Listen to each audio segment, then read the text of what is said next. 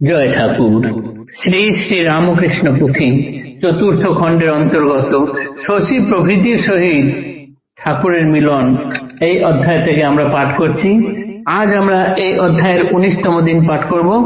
পর্ব 676, পৃষ্ঠা সংখ্যা 439-এর শেষ অংশ থেকে 440-এর অর্ধেক অংশ পর্যন্ত।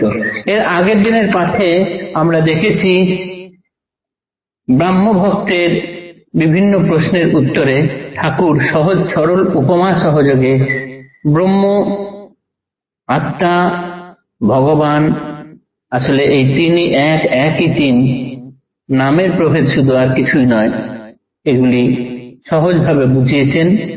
যিনি জ্ঞানী ব্যক্তি তিনি ব্রহ্ম বলেন, সেই জিনিসকেই যিনি যোগী ব্যক্তি তিনি আত্মা বলেন, আবার তাকেই যিনি ভক্ত তিনি ভগবান বলেন। আসলে জ্ঞানী যখন সমস্ত কিছু বিচার করতে করতে গিয়ে মনকে লয় করে ফেলে, সমাধিতে যায়, তখনই উপলব্ধি করতে পারে ব্রহ্মকে, তার আগে নয়। আর যোগী যখন যোগীবর যিনি হন তিনি মনকে সাধনার দ্বারা একাগ্রচিত্ত করে হাতের করতলের মধ্যে মনকে এনে যখন সমাধিস্থ হয়ে যান তখন তিনি আত্মাকে উপলব্ধি করতে পারেন। আর ভক্ত এসব কিছু চান না, তারা ব্রহ্ম সত্য, জগৎ মিথ্যাও না, তারা জানেন ব্রহ্ম সত্য, জগৎ সত্য, তাদের কাছে সবই ঠিক। তারা শুধু ভগবানকে জানেন, যিনি জগতের স্রষ্টা, সেই জগতের সমস্ত কিছুই তার মধ্যেই আছেন। জীব জন্তু তরুলতা চন্দ্র সূর্য জল সবেতেই তিনি আছেন, এই কথা ভক্তরা ভাবেন। আর ভক্তরা শান্ত দাস্য সাক্ষ্য সবকিছুতেই ঈশ্বরকে ভজনা করেন। তারা চিনি হতে চান না, চিনি আস্বাদন করতে চান। এইটুকু গতদিনে পাঠ করেছিলাম। তারপরের অংশ আজ পাঠ করছি। হইয়া একাগ্র মন ব্রাহ্ম ভক্তগণ অমেয় বরসী কথা করিছে শ্রবণ, ষষ্ঠীর নীরব সবে মুখে নাই সারা, ফুলে মধু পানে মত্ত যেমন ভ্রমরা, নাহি মোটে আগেকার গুণ গুণরব, বিশেষত তার মধ্যে বিজয় কেশব, পোত চক্র গঙ্গা বাড়ি দুফালিয়া যায়, শুনে কানে তালা মারে এত শব্দতায়, কোথায় আছিল পোত এবে কোনখানে, অনিমেকে একাশনে কেহ নাহি জানে, মোহিত দর্শক বৃন্দ দেখে প্রভু বরে, যাহার যেমন ভাব উদয় অন্তরে, কেহ বা দেখিছে তাই মহাত্যাগী যোগী, কেহ বা প্রেম অনুরাগী প্রেমিক বৈরাগী, কেহ দেখে মহাভক্ত প্রভু ভগবানে, কিছু না জানেন এক ভগবান বিনে, ধন্য শ্রীকেশব ধন্য শিষ্যগণ তার, সকলের ভক্তি ভরে বন্দি বারবার, পরে প্রভু গুণমণি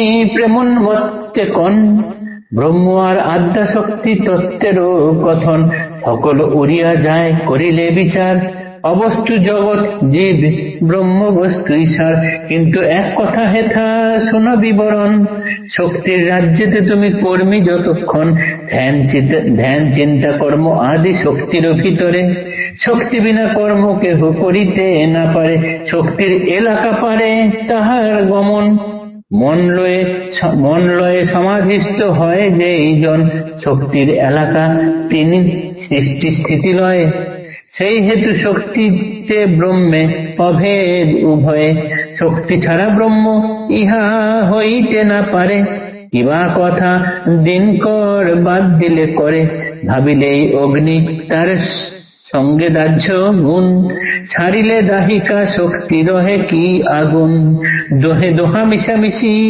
একেরও মতন, শক্তিহীন ব্রহ্ম নাহি হয় কদাচন, সৃষ্টি স্থিতি লয় এই তিন কর্ম যার, লীলাময়ী আদ্যা শক্তি কালী নাম তার। এতক্ষণ ধরে ব্রাহ্মভক্তরা সকলে একাগ্র মন হয়ে ঠাকুরের মুখনিসৃত অমেয় বাণী শুনছিলেন। তারা সবাই চুপ হয়ে গেছিলেন। এতক্ষণ ধরে যারা গুনগুন করছিলেন, গুঞ্জন করছিলেন, কেশব সেনের সঙ্গে বিজয় গোস্বামীর মনোমালিন্য নিয়ে কথাবার্তা চুপচুপ করে বলছিলেন, তারাও এখন সব চুপ হয়ে গিয়েছে।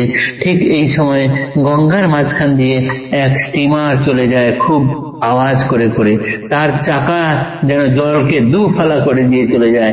কোথায় ছিল একটু আগে এই স্টিমার, এখন কোথায় চলে গেছে। সবাই ঠাকুরকে মোহিত হয়ে দেখছেন, যার হৃদয়ে যেমন ভাব তিনি ঠাকুরকে সেরকম ভাবেই দেখছেন। কেউ কেউ ঠাকুরকে মহাত্যাগী যোগী ভাবে দেখছেন, প্রেমিক যিনি তিনি ঠাকুরকে প্রেমিক বৈরাগী হিসেবে দেখছেন, আর যিনি মহাভক্ত তিনি ঠাকুরকে ভগবান হিসেবে দেখছেন। কেহ কেহ দেখে মহাভক্ত প্রভু ভগবানে, কিছু না জানেন এক ভগবান দিনে। ধন্য শ্রীকেশব, ধন্য শিষ্যগণ তাঁর, সকলের ভক্তি ভরে বন্দি বার এবার। এইভাবে পুথিকার তাদেরকে বন্দনা করেছেন। তারপরে ঠাকুর প্রেমোন্মত্ত হয়ে আবার বলেন যে ব্রহ্ম আর আদ্যাশক্তি এই তত্ত্বের কথা। আসলে ব্রহ্ম, যারা জ্ঞানী তারা বলেন ব্রহ্ম জগৎ অবস্তু, জগৎ জীব সবকিছুই অবস্তু, একমাত্র ব্রহ্ম বস্তুই হলো গিয়ে সার, তাছাড়া সমস্ত কিছুই অসার। তবে ঠাকুর বলছেন এখানে একটা জিনিস আছে, শক্তি বিনা কর্ম কেহ করিতে না পারে, ধ্যান চিন্তা কর্ম আদি শক্তির ভিতরে। শক্তির ভিতরে এই সব কিছু রয়েছে, এই শক্তি ছাড়া কেউ কখনো কোনো কিছু করতে পারে না। শক্তির এলাকা হচ্ছে তিনটে জিনিসের মধ্যে, সেটা হচ্ছে সৃষ্টি স্থিতি লয়, এইগুলো শক্তির মধ্যেই থাকে। কাজেই শক্তি যখন সক্রিয় নিষ্ক্রিয় তখন সেটি ব্রহ্ম, আর ব্রহ্ম এবং শক্তি দুই একে অপরের অভেদ, এর মধ্যে কোনো ভেদাভেদ নেই। এক একজন এক এক রকম ভাবে জানে, তাছাড়া আর কিছু নয়। যেমন সূর্যকে যদি তার কিরণ বাদ দেওয়া হয় তাহলে সূর্যের কোনো অস্তিত্ব থাকে না, আগুনকে যদি তার দাহিকা শক্তি থেকে বাদ দেওয়া হয় আগুনের কোনো কিছু অস্তিত্ব থাকে না। ঠিক সেরকম এই সৃষ্টি স্থিতি লয় এই তিন কর্মের মধ্যে যিনি থাকেন তিনি হচ্ছেন মা কালী স্বয়ং। আগামীকাল আমরা এই কালীর বর্ণনা পাঠ করব। আজকের পাঠ এতটুকুই থাকলো। জয় ঠাকুর, নমস্কার।